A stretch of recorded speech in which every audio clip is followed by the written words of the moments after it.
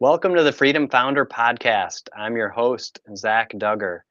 Now, for some, the worst nightmare occurs if they ever have to face bankruptcy or losing it all, losing capital, losing resources, having a venture go down. But for others, it's really just a comma, just a short pause in their continued financial journey as they shift and move into other successes along the way. And my guest today is Jerry, and Jerry has got a little bit of a story to share on his experience with the losing it all and being able to bounce back, and also where he's at now with helping others to shape and improve their financial success and their future as well. So, Jerry, welcome to the show. Yeah, thank you, Zach. It's great to be on. I appreciate you having me. I'm excited to dive into this with our audience today. Absolutely. I love these conversations as I find that everyone's journey is a little bit different, and the nuances are also valuable to individuals who may share and relate in these experiences. So, with your journey, talk a little bit about your career path as you just got started in the career world. Where were you going? What were you doing? What were you hoping to accomplish? And what happened when you lost it all? What kind of experience were you at then? And just let's get into that. For sure, yeah. So I got into the financial services industry at the age of 18. And Okay. so, I came from a background, I grew up in Alaska. So I came from a background of, sports. I was a bodybuilder. My number one goal in life was to go win Mr. Olympia and then own a gym someday. And so Okay. I actually became a personal trainer right out of high school. And, Excellent. I kind of climbed to the top of that ladder, and that was a glass ceiling. It didn't have a lot of upward mobility. Okay. But I kind of transitioned from that into financial services, and I got my licenses, and I really started on what I would consider like the retail side of the industry. Yeah. 401ks, mutual funds, stocks, bonds, kind of the normal stuff that most people do for retirement planning. Yep. And so I became very successful at that. I earned endorsements from people like Dave Ramsey, Yep. in several different states. So I really built that up. And then I transitioned from that into more alternative assets. I realized that the Okay. wealthy, they do a lot more with real estate. They do a lot more with hard assets. And so I built my business up and I built my investments up. And so that was an experience of, kind of evolving, from the age of 18 until, maybe 25, 26. And I really started seeing a lot of success with that business. Yeah. And with that, for anyone that's an entrepreneur, right, you get cash flow from your business or from, Yep. profit from your business. It's going to be reinvested or put it into assets. Yep. So I was doing a bit of both, but I was putting a lot of it into assets. I was investing in, private real estate funds, some different alternative Sure. assets. That was going very well. And so, kind of the quiet before the storm, right? Everything was going perfect. And Yeah. then one day I got an email, and the email was an alert saying that a fund that I had invested in Alaska committed fraud. Okay. And so basically with that, there's the fund itself that I was invested in. And so essentially they had lost everyone's money. It was a trading fund. Okay. They false reported their returns. So when you log in and your statements say you've been making money, you could put money in, you could pull money out. So there's really, to the naked eye, it looked and felt like everything was fine, right? Yep. So it turned out they were misreporting their returns, which there's nothing wrong with losing money in a fund. Obviously, it's not ideal, but it's not illegal to Right. lose money. What is illegal is to misreport statements and make the numbers look other than what they are. Right. So that's really what was occurring. And then it happened that a real estate fund I was investing in had undisclosed counterparty risk with the fraudulent fund. So the Okay. majority of my net worth between these two funds, and the one that committed fraud was completely lost. And the Yeah. real estate one, fortunately, because it's real estate, it wasn't lost, it's just illiquid. And so the fund that, they'd sold off a lot of their properties, the economy was doing Yep. well. They needed a holding account. They were looking at buying other assets. And before they could redeploy capital, that holding account was part of this other fund where the fraud had Okay. occurred. So basically with that, the majority of my net worth in my investments was, between these two funds. And that was Right. definitely a hit, right? Definitely an eye opener and something that you Yeah. don't expect or plan for. Yeah, no, absolutely. And that's one that can really bring someone down. I mean, I shared this on a podcast, which I might have gotten into this conversation briefly with you, but I had invested early on in my life in a fund that resulted in being a Ponzi scheme and lost at that point, what amounted to 2 years of my salary at the time. Oh, So, wow. I can relate to this feeling. So you must have been a little bit distraught or depressed feeling at the time. I'm gonna jump to that conclusion, but tell me about how you were feeling at the time when this occurred. When you lose money, there's two ways you can go about it, right? And the first way is you put money in things that you pretty much know you could lose and you're fine with. Okay. And I think that one doesn't sting as badly, right? Because Yep. it's kind of like buying crypto, for example. You go in Sure. and you're like, I could lose all of it or I could become rich. It's kind of a coin flip. We'll Yep. see what happens. And so when you're doing that, when you do lose, it's kind of like, okay, yeah, I saw that coming. It's a Yeah. very different experience when you invest in something that you did all of the things you're supposed to do, due diligence and Hmm. understanding it, and all the basics are done.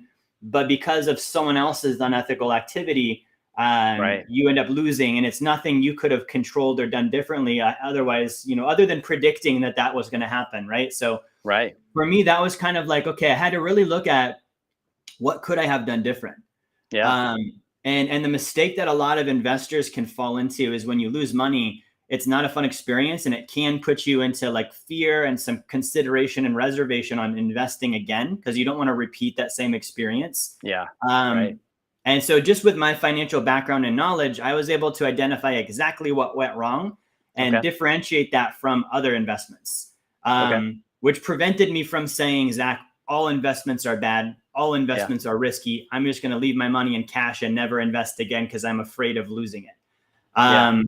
So when I had to look at it, and I have this analogy with investing, and I had to add to it because I really looked at, okay, well, what was the thing that if I had known or done differently would have prevented this from occurring? And that's kind of the first thing I inspected. Yep. And so investing at its root, the etymology of that word, it actually means to clothe your capital. Okay. And so when you're picking clothing out, even for ourselves individually, we would pick out clothing only if we like it, we understand Hmm. it fits us, it fits our goals. It's vital. Like we're going to make sure we're wearing pants before we go spend money on a $500 pair of shoes. Yeah. And then also things that aren't overpriced. And so investing would be similar, where if we're clothing our money, we would only invest in clothing for the money that we like, we understand, it fits us as investors, it fits the things we're using it for. Okay. It's a vital asset and it's not overpriced. And that for me had been golden up to that point. But the part that was missing was I want clothing I can control. Yep. Right. So, when I Sure. think about with myself individually, I don't want to be wearing a pair of pants where I go to the office and like that, someone can take them away from me. Like I Right. want my pants. Yep. And so with investing, same thing is I realized I was investing in something I didn't fully control. Okay. The trading aspect, I knew the surface level of it, but I didn't know it well enough to, request a trading statement and say, let me see the profit and loss and do an Right. analysis and understand that side of it. So, those are the little things that I had to look at. When I have an incident like that, the first thing I look at for myself, and this is just because I've done this for so long, is don't Yep. repeat the thing that just happened. Yep. Right. I need to bypass whatever it was. So I don't put money in funds anymore because of that. It's like, okay, I want to control the asset. Yeah. And then I need to look at, okay, well, what happened? And that's where I started to really come up with, well, I didn't have full control over it. I had understanding over the idea of the investment, but not the investment itself, or the fact that a fund really is like a small business. There's management, there's people involved. Right. So I tried not to sit too long in the woe is me, Yeah. that, because that's where you go wrong, right? That's where you start to feel Right. bad for yourself, and it just kind of gets worse. Yep. And then the other thing that I did is I made up my mind that I wasn't going to try and make the money back. Okay. That doesn't exist in any sense Hmm. of the word. When you lose money in an investment, you don't ever make it back. You just make Yeah. money from where you are now. Okay. And so that was kind of my thought is, okay, cool. I'm not going to sure, the thing was a fraud, it's being investigated. Maybe they'll get the money back, but I need to go earn more income and do more saving and make more smart decisions so that if Yeah. none of that money ever comes back, I'm still fine. I'm still going to keep going and making progress. Yeah. No, I like that perspective, and I haven't really heard before the etymology of the word investing and considering clothing your investment, or you're clothing your money in something you understand, something you can wear, something that you like. Mhm. and that you can control. I like that perspective, and I like the attitude that you approached that with, that you couldn't rest in the woe is me, but having to look at what are the opportunities, what can I learn from this, and now what can I do going forward, not to regain what was lost, but to gain something new. Like, so again, another thought I hadn't really had before, because in that example I gave of my own experience, I rested in that for probably 2 years of trying to follow court cases of this Ponzi scheme, and Mhm. believing that I was going to get something back. And at some point coming to that conclusion, that's not going to happen. So, wow. Yeah. And I really, on that point, Zach, I'm glad you Yeah. brought that up too, is that I really try to avoid the news stories. Hmm. My rule is if it's on the news, it's probably not true. And their goal is to Right. sell ratings, not actually inform the public. So when Sure. I first saw the few news stories, I actually felt worse. And Okay. so anytime I look at something and feel worse, I've realized that that's the intention of it, right? They want me glued to the news story. And so, especially in a fraudulent case with investments, like there's this factor of injustice, especially for the investor. It's like I Yep. did everything I should have done, I did everything right. And because of this dishonest person, it cost me a lot of money, or it cost me all of Yep. my money, whatever that loss was. So it's normal to feel like you want to have that justice enforced and you Right. want to have the money come back. And it's very easy to get stuck into that, Yep. but there's no control. You don't have control over that. And unfortunately, the way that our court systems work is the attorneys are out to earn legal fees. So if they think Yep. there's money to be gotten out of a settlement, great, they're going to pursue it. If not, then they're going to bill as many hours as they can. And once you're out of money to pay them, they're not really going to Sure. pursue the case much further. Right. I started doing more research, and I learned that investment fraud, like financial related fraud, is a $10 billion problem in America. Wow. And in this case, this particular fund, they defrauded investors out of about $35 million. It was about 130 or 140 different investors. Yeah. And, I looked at that and I started researching similar incidents, and I realized that was actually small. 35 Yeah. million sounds like a lot, but I was seeing 200 million, half a billion, like these Right. really huge numbers. And the Yeah. people don't even go to prison. They get fined by the SEC. They're told you need to repay people, but you can't really Yep. enforce that on someone. It's like collecting on a broke person. Right. So it's kind of like you have to come to the conclusion of like, I'm not going to let this ruin me. Like I'm going Yeah. to learn my lesson. It's like really expensive tuition. I paid the Yeah. tuition. Let me get every learning experience I can out of this, and then let me move forward. Yeah. And it kind of even ties into, like, I don't know if you've been paying attention to the recent bank failures. In the Yeah. last 2 months, we've had 4, 5, 6 major bank failures in the world, where again, Right. people put money with an institution and they do all the right things, and that institution does something unethical, dishonest, unintelligent, or whatever. Yeah. And the individual pays the price of that. And there's really not a lot of recourse other than, being preventative on the front end of doing a better job next time of where we put our money, but B, Yep. doing everything we can to get back in good shape. Right. Right. So with that in mind, getting back in good shape, at some point you started Wealth Dynamics. Was Mhm. that after this occurred, or was that prior to? Or talk about a little bit about that, starting up that company and the work that you're doing now, because from your experiences, you're able to help educate, support, train others in being able to be more financially savvy and invest for their future. Yeah, so Wealth Dynamics, it definitely was years before the investment Okay. thing happened.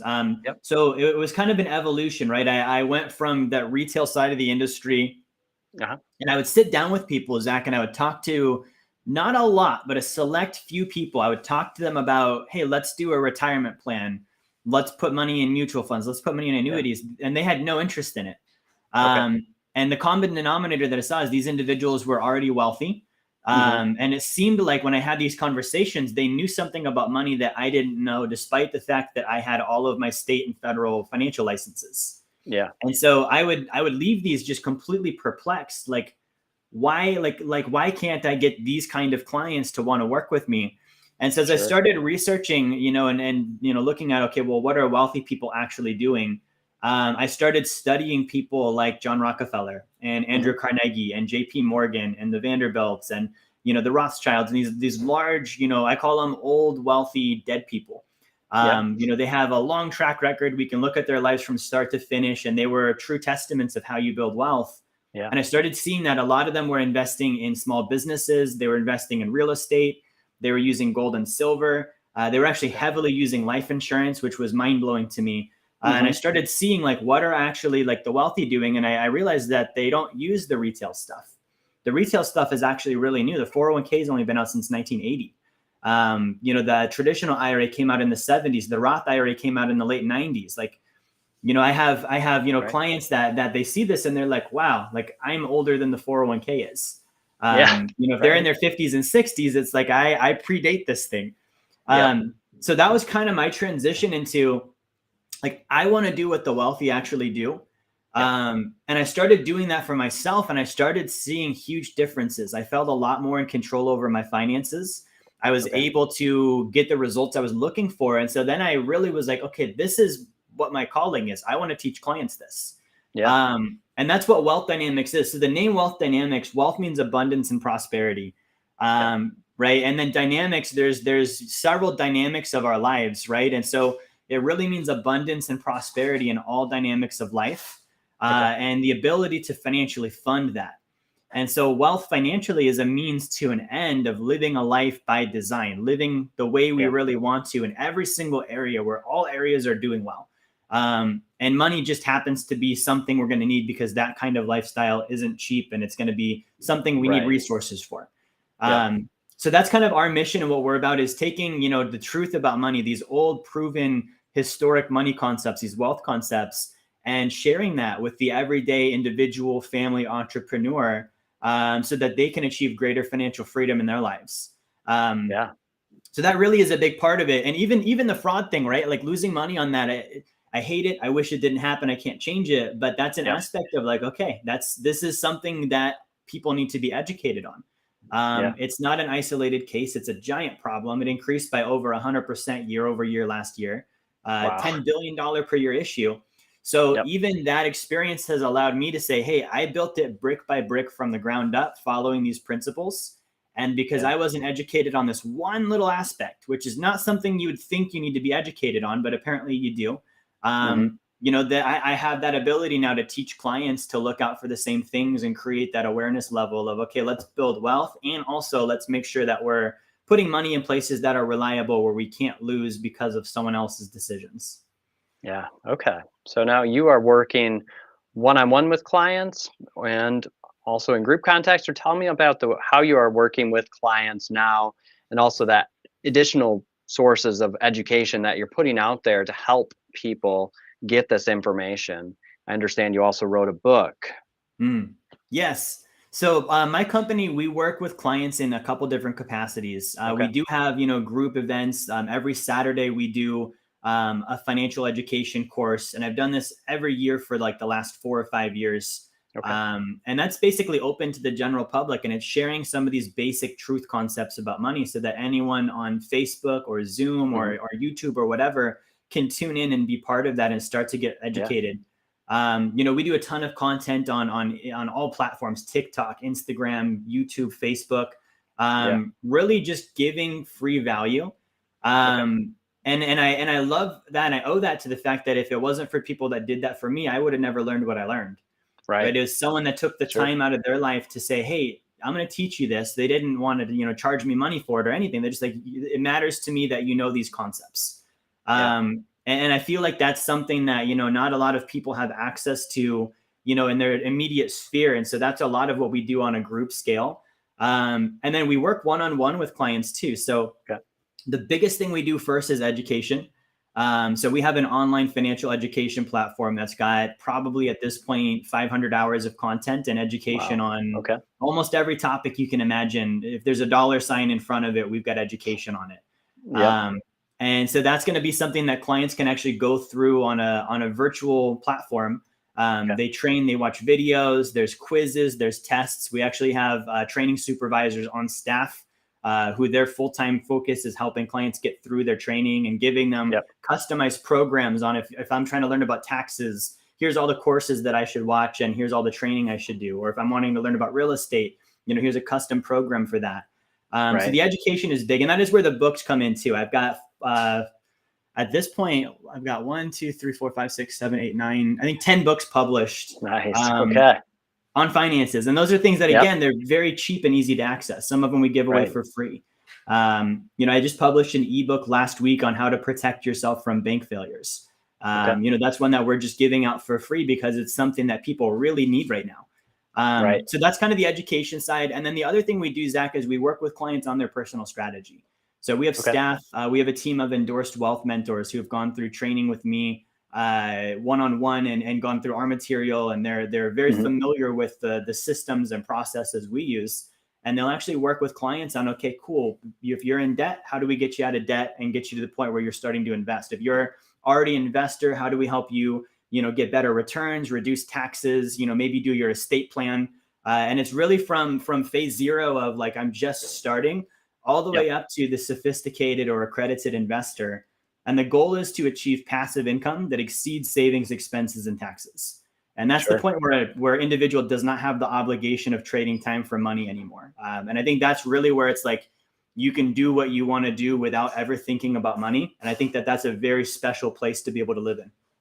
Okay. Sounds like you have resources to help people at all stages, then, from someone who's just starting off in their financial success journey to somebody who has gotten to that point where they're an accredited investor, have generated passive income, or looking to sustain that ongoing. For sure.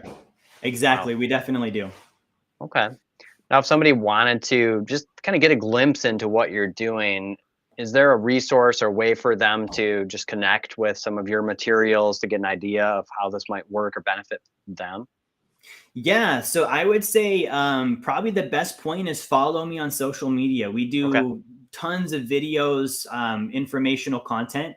We're probably the most active on YouTube, TikTok, and Instagram. And all 3 of those is just Jerry Fetta, just my first and last name. Yep. And so follow us there. And then basically at that point, grab a book, download an ebook. We've got podcasts, we've got free courses. Like, all of this is stuff that we put out there just so you have the education. Even if you never become a client, if I'm able to help impact the life of someone with information that causes them to build wealth. One of my books here, this one is called Blueprint to Financial Freedom.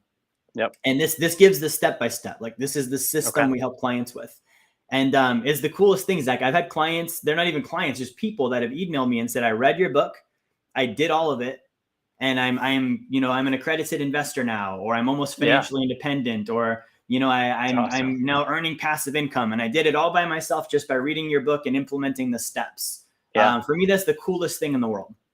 Right. That's quite the testimonial to hear that. Now, I think that we also have a URL for our listeners to connect with that book, if I'm not mistaken, so that they can access that for themselves and be able to get this information, and just like those examples that you gave, be able to start their own journey in this process. And I always encourage people to consult with others, to reach out to people who have more knowledge and experience than themselves, so that they can gain from that, as we don't generally know everything coming out of the gates. And so learning from others is ultimately going to be the best way to do it. It sounds like Jerry Fetta, Fetta, for those that don't have that spelling, is somebody who will give you that information, has a lot out there, and your company, Wealth DynamX, is continuing to develop more and more content, including content about the recent bank failures, which is something that is current and very relevant at this time in this year, 2023. Can I give the URL for that ebook? It's a free download. I'd love for people to have that. So that's just jerryfetta.com/bankfail. So just my first and last name.com/bankfail. And that's a free download, free ebook. That also has a free course as well, video course. So definitely, interesting times. A lot of that has happened in the last month or two, which is reminiscent of 2008 in some ways. So as much as we can get the information to people on how to protect against that, that's kind of the goal with the book. Absolutely. Yeah. And I'll make sure to include that as well with the show notes. Now, one other question I like to ask all my guests, Jerry, if you were to be handed $1 million today with no strings attached, how would you invest that in your business or another endeavor, and why? So the first thing that I would do is I would invest in my own personal development. And that's Hmm. probably like not the full million. That's probably Yeah. maybe 100,000 to 200,000 of just getting all the information that I need to learn. And, Okay. and that's lining that up probably for the next several Yeah. years of study and courses and networking. Yep. The rest of it I would take and I would put that into income producing real estate. Okay. And then pretty much just forget it exists. Sure. And that would make me feel broke again and give me the necessity level to go produce more income in my business. And that'll just sit there Yeah. and grow in the background while I earn active income and convert that into more passive income. Okay. Okay. So it's that balance of earning active income, putting it into assets that can produce passive income so that can continue to grow over time and overtake the active income to where now you have that choice whether you continue that job that you're doing or that business that you're operating or you do something else. You now have that choice essentially. So, Exactly. And it makes me not feel too comfortable because a yeah. $1 million cash, that can make a Mhm. guy feel like he's set and he doesn't need to do Sure. anything else. So, Yeah. it gives you that healthy discomfort to keep growing and Yeah. producing. Absolutely. I like that answer. Now, as we mentioned, easy to find Jerry on social media, Jerry Fetta. He's on all the different social media channels. YouTube is a very large place to locate his resources. Look up the book, jerryfetta.com/bankfail. And then we'll also include the URL for the Blueprint to Financial Freedom as well. So, Jerry, I want to thank you again for sharing your story and the work that you're doing now because you're absolutely changing lives and changing histories going forward for generations. Absolutely. Thanks so much for having me on, Zach. It's been a blast.